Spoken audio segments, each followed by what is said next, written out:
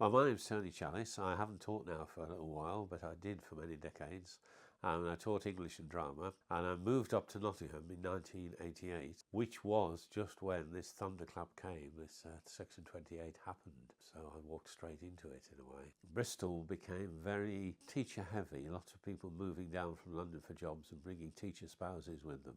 And it became very competitive and very expensive in terms of property. So I moved up here partly because this was a place where they seemed to want teachers and where property was not nearly so expensive, because there was a big surge in property.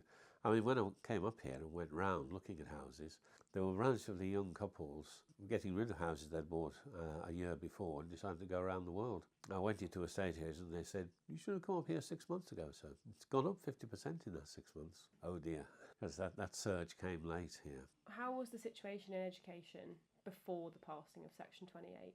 It wasn't good before the passing of Section 28 because there wasn't a security of employment until I think it was 03. So you still could lose your job if you came out. I knew a number of people in the sort of gay teachers movement and groups in London who had come out, but there was one case up in Bradford, I think it was, where a teacher was seen being on a march and he was called in by the head and the head wanted him to leave, and the union backed him, the NUT, and there was a battle, but she stood her ground, the head, and he had to move school, but he didn't lose his job. Other schools were more, but that was in the 80s, so things weren't that good. What was your first thoughts when Section 28 came in? Like, how did you feel about it?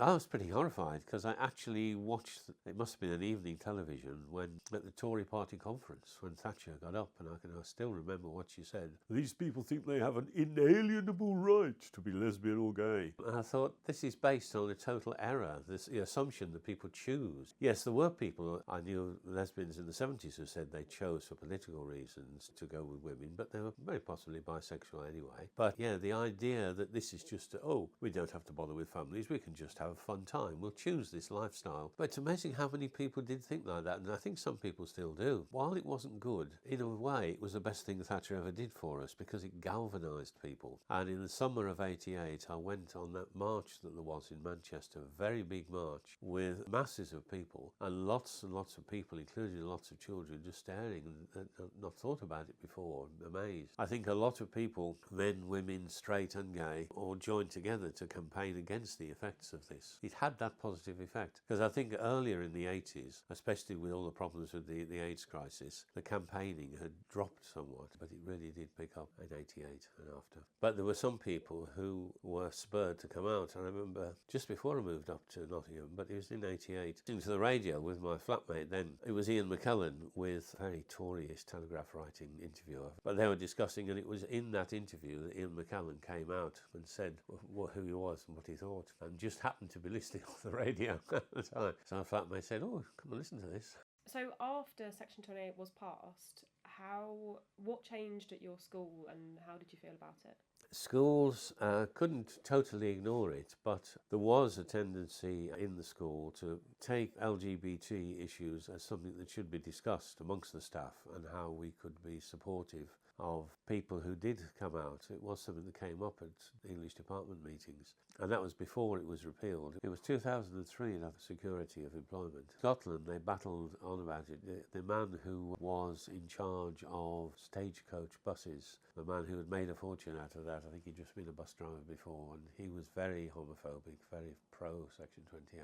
He was a bit of a hate figure. So in your school, was there like a positive response from the teachers working out how to still support as opposed to feed into it? To still consider it something that should be discussed, yes. And if some children become a bullying issue and name-calling, the negative use of the word gay, that was taken seriously. And you could tell people off for bullying people without worrying about Section 28. That's a different issue. How was it for you as a teacher identifying as part of the LGBT community? I didn't tend to say things. Kids realised, you were aware that they knew, but maybe I should have been braver. I never actually talked about it particularly. one thing I do remember is that I think it was in 93 or maybe 94, there was something went through Parliament where they were wanting to reduce the age of consent from 21 to 16. It didn't go through, it went through to 18. A group of people, it was the school I was at was a 13 to 18, and at that time I had a year 9, 13-year-old, 13, 14 tutor group. And at one point, after I'd seen the tutor group, a group of lads came up to me, and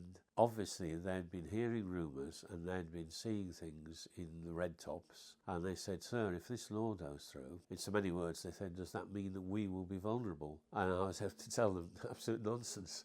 The law would still protect people, would still be underage, 13, 14. But somehow the word, the rumours, some of the stuff said in the press, and made them think that if the age of consent was changed, then anything could happen. And so I definitely told them that was nonsense. They would still be protected as much as they were now. So they obviously knew who to ask, even though I'd never actually talked about gay things directly to them. One of the things, kids are very observant, and if you haven't got a wedding ring, that I remember way back in the early 70s being asked directly by a couple of girls in a year 10 class, "Are you queer, sir?" And it was based on the fact that I wasn't wearing a wedding ring. But people can, of course, be in relationships and not have a wedding ring. They might not want to wear rings. They might have an allergic reaction to them. Was there a chance to discuss with any students about any other LGBT topics? Did it come up in lessons?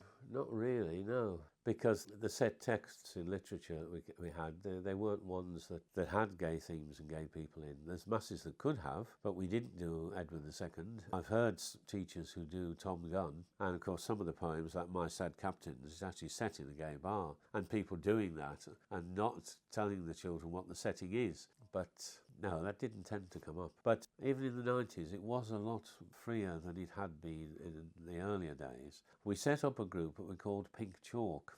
And there was a writing group that's always Pink Up called Pink Ink. We couldn't think of a better name. At Pink Chalk, although Section 28 was still in effect, we met as a group of gay teachers at the ICC most often.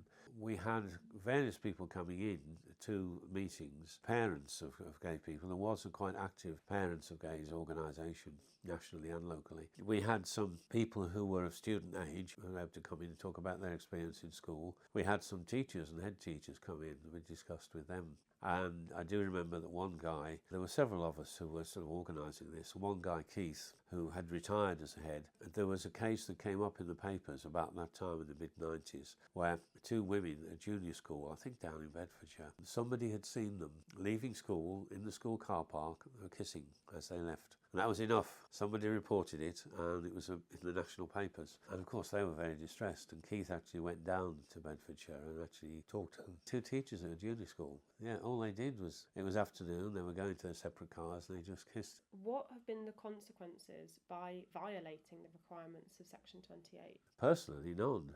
But then I probably didn't, only very subtly. I mean, getting together in the ICC and having meetings and with head teachers and former students and the like. It wasn't the local authority doing anything, but put a heavy level of fear into people's minds as to what they could or couldn't do. And a whole generation felt they couldn't actually go and ask questions of their teachers, which, like the boys who came and asked me about the age of consent, there are lots of questions that people might want to go, and they couldn't make sort of friends of LGBT teachers for fear of causing them trouble. That was a big negative. But personally, I didn't really accept the fact that I became probably even more aware of, even more guarded about saying anything about my sexuality in school. I mean, one thing I did do during the 90s, at some point I decided to have a chat with the head teacher at the school I was at, and I did tell him that I was gay. And although the boys had twigged, this head teacher was rather taken aback. He had absolutely no idea. It hadn't occurred to him. He didn't go into asking many questions or delving into things, but I just remember him being not aware. Didn't have a partner for quite a while after I moved off from Nottingham. I don't know whether subconsciously, whether Section 28 made me less inclined to do that. Because if you are actually living someone and walking around with someone and walking hand in town or something, then all sorts of things get noticed. Maybe it increased. I don't know. That would be subconscious, but it's possible. Did you participate in any actions to abolish Section 28? Not that I can think of, no. Apart from the Pink Chalk group in getting together and having these discussions with both parents and with other teachers teachers and head teachers and students. It got the conversation going, so it probably helped in a certain way, but not directly, no. And then you were still teaching once it then got abolished? By that time, I wasn't teaching in the one school year after year. I'd taken the pension. I was doing temporary jobs and doing some counselling and hypnotherapy. I probably wasn't as aware. I can't think of particular instances of very out teachers in schools I was in. No. I do remember being in one school in Sutton-in-Ashfield, Sutton Centre, which was a good school. You had no uniforms, no bells. Kids could call you by first name if you're happy with it, and they had the lowest attainment at 11 around the county when they came in, but it was at national average by the time they left, and they had a lot of work after school and support. And one of the senior teachers there, I can recall being in the staff room where she caught some boy who had been using homophobic language, and did she tear him off? And she was very good on that, and the school itself had a very positive attitude. Were you part of the network around that time? I was working on the switchboard the first few years I was up here. I think probably about the first 5 years I was here, probably about 88 to 93. I think it was about the time. And then we got Pink Ink and Pink Chalk going. And as I was in various other groups, I decided I couldn't do everything. So I left the switchboard. I'd been on the Bristol switchboard for about 12 years before I came up here. Looking back to whether it's Pink Chalk or the switchboard, what's your favourite memory or nicest memory of the queer community in Nottingham? Whenever you move to a new place, it takes a while to get to know a number of people. Yeah, the development of a group of people and solidarity amongst people. There was at that time in the 90s, there was a group I used to go along to the meetings of who were hoping to get both the funds and grants to open an LGBT centre in Nottingham. They would try various places and it wouldn't work, or they'd get gazumped or something. It was good that people were striving to do that, and through the switchboard and through groups like that, there was quite a sense of camaraderie amongst people, amongst both gay men and women in that group.